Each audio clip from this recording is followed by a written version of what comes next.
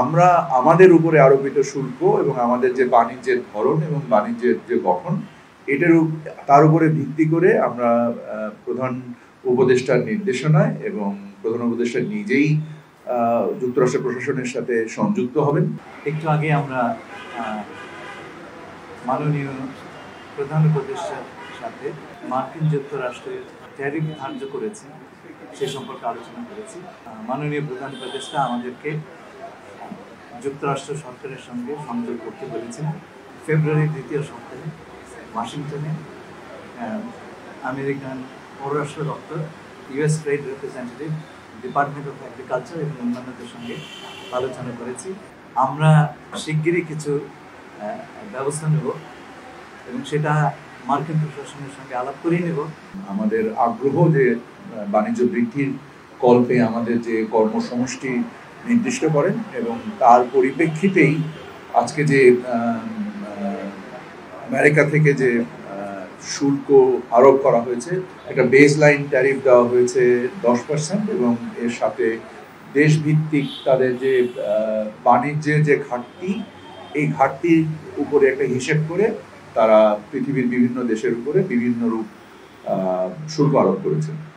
আমরা আমাদের উপরে আরোপিত শুল্ক এবং আমাদের যে বাণিজ্যের ধরন এবং বাণিজ্যের যে গঠন তার উপরে ভিত্তি করে আমরা প্রধান উপদেষ্টার নির্দেশনায় এবং প্রধান উপদেষ্টা নিজেই যুক্তরাষ্ট্র প্রশাসনের সাথে সংযুক্ত হবেন। যে বিভাগগুলো রয়েছে ইনক্লুডিং আমাদের এমবেসি ইন আমেরিকা এবং আমেরিকান এমবেসি ইন বাংলাদেশ, আমরা তাদের সাথে সংশ্লিষ্ট রয়েছি।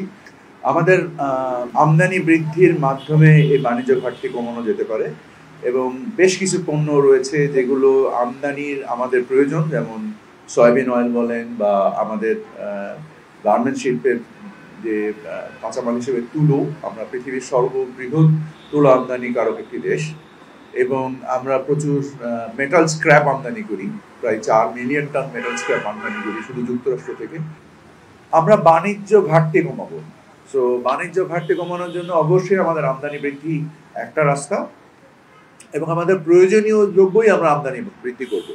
যেমন জ্বালানি পণ্য, আমরা বিশ্বের হয়তোবা আমাদের কিছু রিডাইরেক্ট হতে পারে আমাদের আমদানি, বিকজ আমাদের প্রয়োজন অতিরিক্ত তো আমরা আমদানি করতে পারবো না, সে যে পণ্যই হোক। আমাদের ধারণা এটা কোনো ক্ষতিগ্রস্ত আমরা হব না, কারণ আপনি যদি দেখেন যে আমাদের সাথে যারা প্রতিযোগী দেশ হিসেবে ভিয়েতনাম, চায়না, কম্বোডিয়া, যারা মূলত আমরা যেসব পণ্য উৎপাদন করি এবং আমাদের থেকে ট্যারিফ কম আছে ইন্ডিয়া এবং পাকিস্তানের, থাকলেও আমাদের পণ্যের বৈচিত্র্য ইন্ডিয়া এবং পাকিস্তানের থেকে রপ্তানি মানে অ্যাপারেল সেক্টরে অনেক বেশি ডাইভার্সিফাইড। আমরা এই প্রত্যেকটা সেক্টরের পার্টিসিপেশন নিয়ে আজকে সকাল থেকে প্রায় বিকাল পর্যন্ত অনেক লম্বা সময় ধরে ওনাদের সাথে বসছিলাম, ওনাদের কনসার্নগুলো শুনেছি, ওনাদের সাজেশনগুলো শুনেছি। অ্যাজ ইউ ক্যান ইমাজিন যে বিভিন্ন মানুষের সাজেশন কিন্তু ইন্ডিপেন্ডেন্টলি ডিফারেন্ট, প্রত্যেকে একটা ডিফারেন্ট সাজেশন দিচ্ছেন, আমাদের অ্যাকশন নেওয়া উচিত, আমাদের এটা করা উচিত, এটা করা উচিত। সবগুলো সাজেশনকে এক জায়গায় এনে আমাদের একটা কনস্ট্রাকটিভ কালেকটিভ এগ্রিমেন্ট যেতে হবে, ডিসিশন পয়েন্টে যেতে হবে। আমাদের কিন্তু অফিশিয়ালি আপনারা যদি খেয়াল করে দেখেন যে ইউএসএ যে অ্যানাউন্সমেন্টটা ছিল, অ্যানাউন্সমেন্টে বলা হয়েছিল যে 9 তারিখে আসলে এই পুরো জিনিসটা ইফেক্টিভ হবে।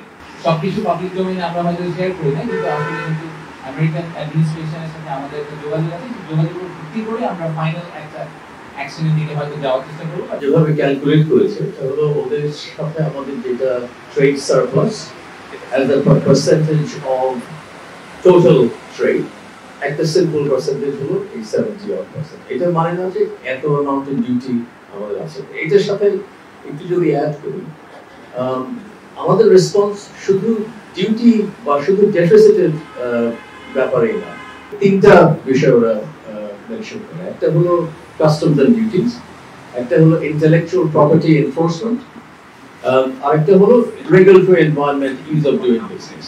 এই 3টাতেই আমাদের যেটা সংস্কার হচ্ছে, আমরা যেটা আমাদের রেগুলেটরি এজেন্ডা, রিফর্ম এজেন্ডা, এই 3টা একেবারে মিলে যায়। তো এই জন্য এটা থাকবে আমাদের পার্ট অফ দ্য প্যাকেজ, যে বার্তাটা নিয়ে আমরা যাচ্ছি ওদের কাছে। It will involve the non-tariff issues, including the reform agenda of the interim government. Remittance যোদ্ধাদের ঢাকায় বিশেষ ছাড়ে রেডি ফ্ল্যাট দিচ্ছে শতভাগ বিশ্বস্ত ও নির্ভরযোগ্য প্রতিষ্ঠান প্রবাসীর সিটি।